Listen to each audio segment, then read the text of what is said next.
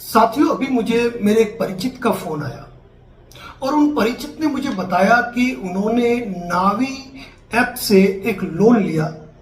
80,000 रुपए की राशि थी और किसी कारण से वो लोन डिफॉल्ट हो गए, लोन नहीं भर पा रहे।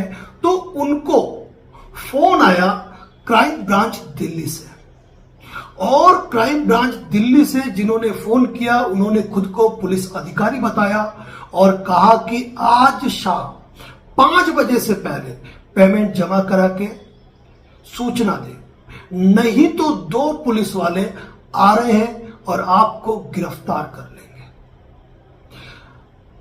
इसी तरह केवल उनको नहीं, हजारों उन लोगों को फोन आते हैं क्राइम ब्रांच से लेकर, अलग अलग पुलिस स्टेशन के नाम से लेकर, दिल्ली 30 हजारी कोर्ट्स के नाम से, और कई लोग अपने आप को हाई कोर्ट का वकील बताकर फोन करते हैं। आज का वीडियो आपके लिए बहुत ही इंपॉर्टेंट होने वाला है। यदि आपको भी किसी मैटर में पुलिस का फोन आया है, चाहे वो फोन लोन वसूली के लिए आया है, चाहे वो फोन किसी इलीगल डिमांड के लिए आया है, चाहे वो फोन ये करके आया है कि कस्टम में आपका कोई माल पकड़ा गया है, यानी कि किसी भी ऐसे कारण से जहां पर आपको किसी चीज के लिए प्रेशर किया जा रहा है, पेमेंट वसूली के लिए प्रेशर किया जा रहा है और आपको फोन आ रहा है, तो ये वीडियो आपको सुनना बहुत जरूरी है। और साथ ही ये कहूंगा कि इस वीडियो को जो भी आपको फोन करता है उसको पूछिए कि क्या आपका व्हाट्सएप नंबर यही है, मैं आपको व्हाट्सएप करता हूं कुछ, और फिर ये वीडियो कॉपी करके उनको आप पोस्ट कर दीजिए। और वह लोग भी जिनके पास ये वीडियो पहुंच रहा है, जो फर्जी पुलिसकर्मी बनकर, फर्जी वकील बनकर अलग अलग कोर्टों के नाम से फोन करते हैं, वह भी इस वीडियो को पूरा सुने। साथियों, जब मुझे फोन आया और उन्होंने कहा कि दिल्ली क्राइम ब्रांच से अधिकारी का फोन आया, तो हमने ये देखा व्हाट्सएप पे जाकर कि उनकी डीपी जो लगी हुई है वह डीपी पुलिस की वर्दी में है, कंधे पे सितारे हैं और उन्होंने अपना नाम भी क्राइम ब्रांच इंस्पेक्टर के नाम से लिख रखा है। अब इसका मतलब क्या सही में पुलिस आ जाएगी? क्या सही में मुझे गिरफ्तार कर लेगी? तो साथियों, सबसे पहले आपको ये जानना जरूरी है कि जब भी कोई लोन लेते हैं ना, लोन के मैटर में कभी भी एफआईआर दर्ज नहीं होती है। लोन के मैटर में एफआईआर तभी दर्ज होती है जब आपने छल करके, धोखाधड़ी करके, आपने कोई ऐसा कंडक्ट किया है जो कि कंपनी के साथ धोखाधड़ी की श्रेणी में आता है। जैसे आपने लोन लिया और गलत नाम से लोन लिया, आपने अपने डॉक्यूमेंट नहीं दे के किसी और के डॉक्यूमेंट दे दिए, या फिर आपने कोई गलत चेक दे दिए, या फिर आपने कोई गलत रिप्रेजेंटेशन दे दिया कि आप काम तो करते हो नौकरी और बता दिया खुद को बिजनेसमैन। यदि आप कोई ऐसी धोखाधड़ी करते हो तो ऐसी कंडीशन में आपने अपराध किया है। लेकिन यदि आपने सारी चीजें फेयर दी है, अपने डॉक्यूमेंट फेयर दिए हैं, और यदि आप लोन नहीं भर पा रहे हो, तो यह केवल एक सिविल डिफॉल्ट है, यह कोई क्राइम नहीं है। और ऐसी स्थिति के अंदर कभी भी एफआईआर दर्ज नहीं होती है। और एक बात जरूर सुन लेना कि जो भी पुलिस अधिकारी आपको फोन करे ना, सबसे पहले उनसे आप उनका नाम पूछिए। एक बात और कहूंगा कि जैसे ही आपको फोन आ जाए, सबसे पहले तो अपनी कॉल रिकॉर्डिंग ऑन करें, क्योंकि जैसे ही कॉल रिकॉर्डिंग ऑन करोगे तो सामने वाला जो ठगोरा है उसके नंबर पे भी बिप आ जाएगा कि मेरी कॉल रिकॉर्ड हो रही है, तो वह आपसे कहेगा कॉल रिकॉर्ड मत करो। तो आप उन्हें कहिएगा कि यदि आप जेन्युइन पर्सन है, यदि आप पुलिस अधिकारी है, यदि आप हाई कोर्ट के वकील है, यदि आप कोर्ट से बोल रहे हैं, तो फिर आपको दिक्कत क्या है? अगर उसने फोन काट दिया तो दैट्स गुड, और नहीं तो कम से कम उससे जो बात करोगे वो सारी रिकॉर्ड होगी। सबसे पहले उनसे पूछे कि आपका नाम क्या है, कौन से पुलिस डिपार्टमेंट से बोल रहे हैं, आपका पुलिस थाना कौन सा है, पुलिस थाने का एड्रेस कौन सा है, आपका बैच नंबर क्या है या बेल्ट नंबर क्या है, और इसके बाद मुझे यह बताइए कि मुझे कौन से पुलिस स्टेशन आना है। आप पुलिस स्टेशन का मुझे एड्रेस लिखवाइए और पुलिस स्टेशन का लैंडलाइन नंबर लिखवाइए। अब यकीन मानिए साथियों, यदि पुलिस को फोन करना होता है ना, तो वो लैंडलाइन नंबर यूज करती है, कभी भी अपना मोबाइल यूज नहीं करती है, बहुत कम। अब आप उनसे लैंडलाइन नंबर मांगिए, वो लैंडलाइन नंबर दे पाते हैं। फिर उनसे कहिएगा आप मुझे थाने की मेल आईडी दीजिए आपकी, हमको जो भी करना है आपको मेल पे रिप्लाई करेंगे।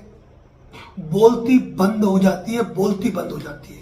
अगर वो कहते हैं कि आपके घर में पुलिस के 2 जवान भेज रहा हूं, तो उनको कहिएगा कि आप थोड़ा जल्दी भेजो, मैं अभी घर पे ही हूं, मुझे कि बाहर निकलना है। क्या?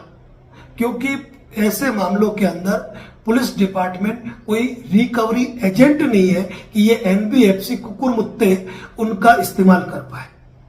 अगर कोई एफआईआर दर्ज होती है तो ऐसी कंडीशन में, जब कोई एफआईआर दर्ज हो रही है जिसमें 7 साल तक के कारावास का प्रावधान है, तो पुलिस आपको वैसे भी 41A का नोटिस देगी, उसके बिना तो कुछ कर ही नहीं पाएगी। यह आपने किसी का मर्डर नहीं किया है, किसी के साथ ब्लात्संग नहीं किया है, कोई डकैती नहीं की, कोई लूट नहीं की कि पुलिस आके आपको उठा के ले जाएगी।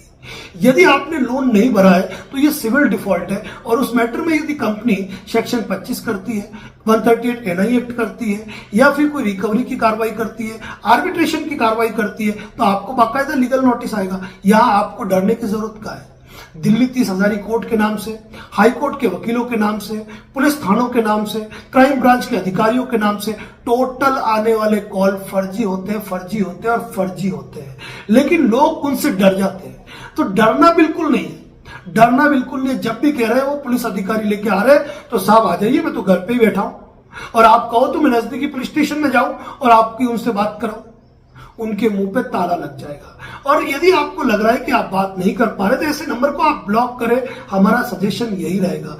क्योंकि कोई भी व्यक्ति, चाहे वह हाई कोर्ट का वकील हो, चाहे वह 30 हजारी कोर्ट के अंदर हो, किसी भी कोर्ट का नाम लेता है या कोई भी पुलिस स्टेशन का नाम लेता है, तो उसको अपना एक लीगल प्रोसेस फॉलो करना पड़ता है। और उनसे कहिए कि तो मेरे खिलाफ एफआईआर दर्ज हो गई है तो आप मुझे गिरफ्तार करें, आप एफआईआर का नंबर बताइए, मैं ऑनलाइन सर्च कर लेता हूं कि मेरे खिलाफ कौन सी कंप्लेंट दर्ज है।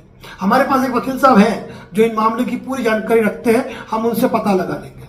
साथियों, लोन की वसूली हो या फिर कस्टम के माल के नाम पे हो, या फिर बेटे और बेटी आपके कहीं गए थे, वो अरेस्ट हो गए, उनको छुड़वाने के लिए, इस तरीके के फर्जी कॉल से आजकल साइबर क्राइम बहुत ज्यादा बढ़ रहा है।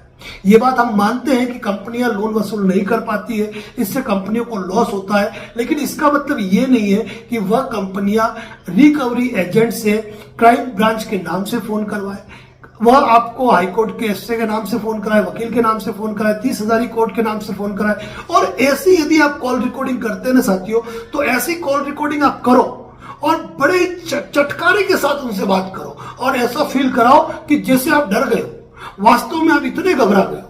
पहले पहले डरने की बात करो, फिर बाद में उनकी इंक्वायरी करो, और ऐसी कॉल रिकॉर्डिंग को हमको शेयर करो ताकि हम उन कॉल रिकॉर्डिंग को अपने चैनल पर, अपने सोशल मीडिया प्लेटफॉर्म पर डाल पाए, जिससे कि लोग ठगी के शिकार ना हो, धोखाधड़ी के शिकार ना हो, और इस प्रकार के जालसाजों से वो सावधान रहे। यदि आपको कोई भी व्यक्ति, फर्जी पुलिस अधिकारी, हाई कोर्ट का वकील, कोर्ट के नाम से फोन करता है ना, उसको इस वीडियो का लिंक जरूर शेयर कर देना, क्योंकि ऐसे ठगोरों के खिलाफ हमने अभियान चलाया हुआ है।